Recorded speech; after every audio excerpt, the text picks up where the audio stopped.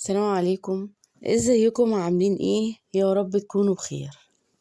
ان شاء الله النهاردة هنتكلم مع بعض عن فوائد الصبار وعن اهميته لجسم الانسان، وكمان عن اهميته للبشرة وللشعر واهميته لعلاج المفاصل. بس طبعا قبل ما أبدأ كلامي مع حضراتكم لازم نصلي ونسلم ونبارك على سيدنا محمد صلى الله عليه وسلم، صلاة تنحل بها العقد وينفك بها الكرب ويفتح لنا بها أبواب الرزق إن شاء الله، ويرفع بها عنا البلاء يا رب العالمين. في البداية زي ما حضراتكم شايفين دي أشكال الصبار الكتيرة والمتعددة، منها الصبار المظهر زي اللي حضراتكم شايفينه ده، والأشكال اللي حضراتكم شايفينها. في منها طبعا اللي موجودة عندنا في مصر، وفي منها أنواع مش موجودة عندنا في بلاد تانية. الصبار المظهر اللي قدام حضراتكم ده بيكون صبار زينة، بيتحط في البيت كزينة. وطبعا الصبار اللي قدام حضراتكم ده الصبار اللي كلنا عارفينه واللي بنستخرج منه جل الصبار. وطبعا اللي بيستخدم كعلاج للشعر، وعلاج كمان للمفاصل، آلام المفاصل. وكمان بيدخل في صناعات بقى مستحضرات التجميل للبشرة وللشعر وللجلد، وكمان علاجات لحب الشباب والحاجات كتير. النهاردة إن شاء الله عملت لحضراتكم تقرير بسيط جدا عن فوائد الصبار وهنجزأها. ده الجزء الأول، هنتكلم عن فوائد الصبار للشعر وللبشرة وآلام المفاصل، وإن شاء الله نعمل فيديو تاني ونكمل بقية فوائد الصبار، طبعا لكتر فوائده سبحان الله الكتيرة والعظيمة. في البداية طبعا كلنا عارفين إن الصبار بيعتبر من أشهر النباتات ذات الخصائص الطبيعية المذهلة، اللي بتستخدم في مجالات كتيرة جدا، وخصوصا في مجال التجميل سواء كان للبشرة أو للشعر. وطبعا ده فضلا لوجود فوائد كتيرة جدا، ووجود طبعا تكوينات عظيمة في الصبار. وكمان الصبار بيستخدم في علاج فعال لكتير جدا من الأمراض، وخصوصا الأمراض اللي بتتعلق بالجهاز الهضمي. بس احنا النهاردة هنتكلم عن فوائد الصبار للشعر وللبشرة وكمان لآلام المفاصل. طبعا الصبار بيحتوي على مادة غنية جدا بمضادات الأكسدة، واللي بتعمل على تحسين الجلد وتحسين شكل البشرة، خاصة للسيدات بعد التقدم في العمر. وطبعا من فوائد الصبار للبشرة فوائد كتيرة جدا وعظيمة. بيستخدم الصبار في نطاق واسع جدا وكبير، وخصوصا في مستحضرات التجميل، طبعا لاحتوائه على مضادات للفيروسات والبكتيريا، وللقدرة في علاج البشرة بشكل فعال جدا.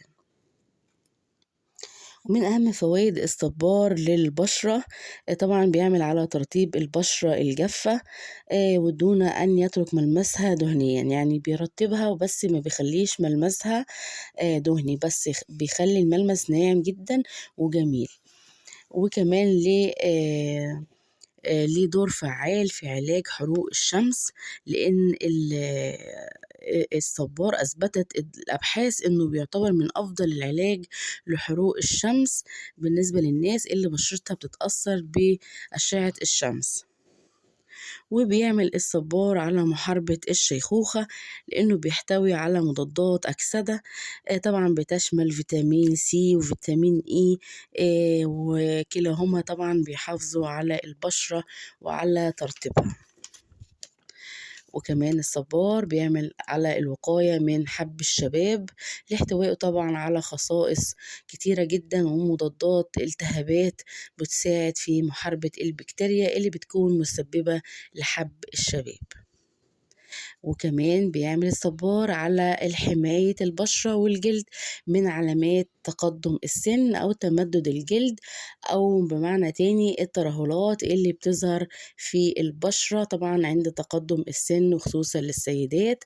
فالصبار بيعمل على طبعا حل المشكلة ديت وعلى علاج البشرة وعلى عدم ظهور التجاعيد أو عدم ظهور الترهلات اللي بتظهر في السن المتقدم بالنسبة للسيدات.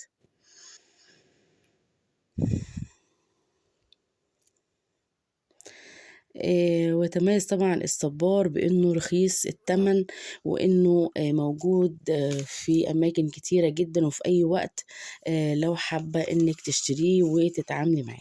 طبعًا ليه فوايد كتيرة وليه وصفات كتيرة جدًا، جدًا، وإن شاء الله هنبقى نعمل مع بعض وصفات أو أجيب لكم وصفات ونقدّمها في فيديوهات قادمة بإذن الله.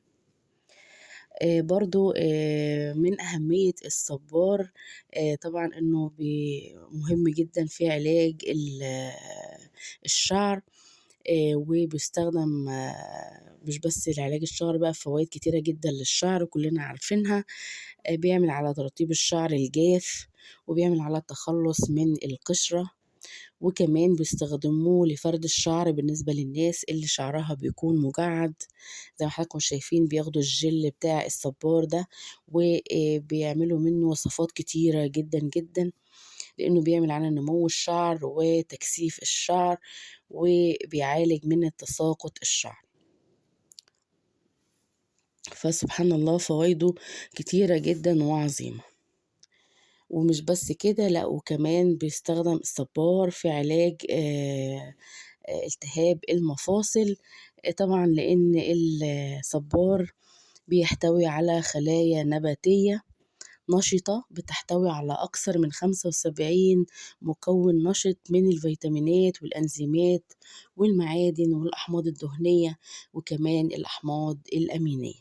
سبحان الله كل ده موجود في نبات الصبار. ليه فوايد كتيرة جدًا وفوايد عظيمة. وكمان ليه فوايد في أمراض الجهاز الهضمي بيعالج منها، وليه فوايد في التخسيس وفوايد تانية كتيرة جدًا، وإن شاء الله نبقى نعمل مع بعض فيديوهات وتقارير عن بقية الفوايد بتاعة الصبار. وقبل ما أنسى عايزة أتكلم برضه عن فوائد الصبار بالنسبة لعلاج التهاب المفاصل.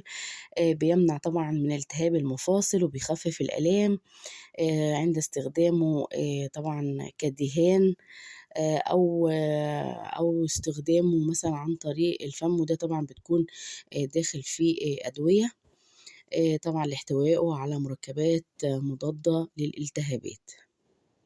مش بس كده لأ، وكمان بيعزّز الجهاز المناعي في الجسم، وكمان بيحتوي على خصائص مضادة للأكسدة زي فيتامين E وفيتامين C وفيتامين أ اللي طبعًا بيساعدوا على التصدي للأمراض اللي بتكون موجودة. وبيساعد الصبار على إزالة تصلب المفاصل اللي بتكون مصابة بالالتهابات. وبيمتلك الصبار خصائص آآ آآ آمم مهمة جدًا آآ اللي بتتصدى للميكروبات، واللي بتساعد في الشفاء من التهابات المفاصل وبعض الأمراض الأخرى.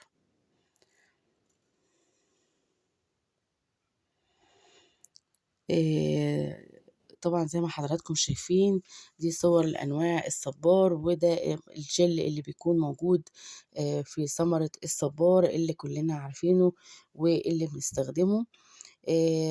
وإن شاء الله نعمل مع بعض تقرير تاني ونتكلم عن بعض فوائد الصبار اللي ما قلناهاش النهاردة، وكمان نجيب وصفات الشعر وللبشرة، لأن طبعا الصبار ليه فوائد كتيرة وليه وصفات كتيرة جدا وخصوصا للشعر زي ما حضراتكم شايفين بيأثر بطريقة فعالة جدا على الشعر وعلى نعومته وعلى كثافته بطريقة حلوة جدًا، جدًا.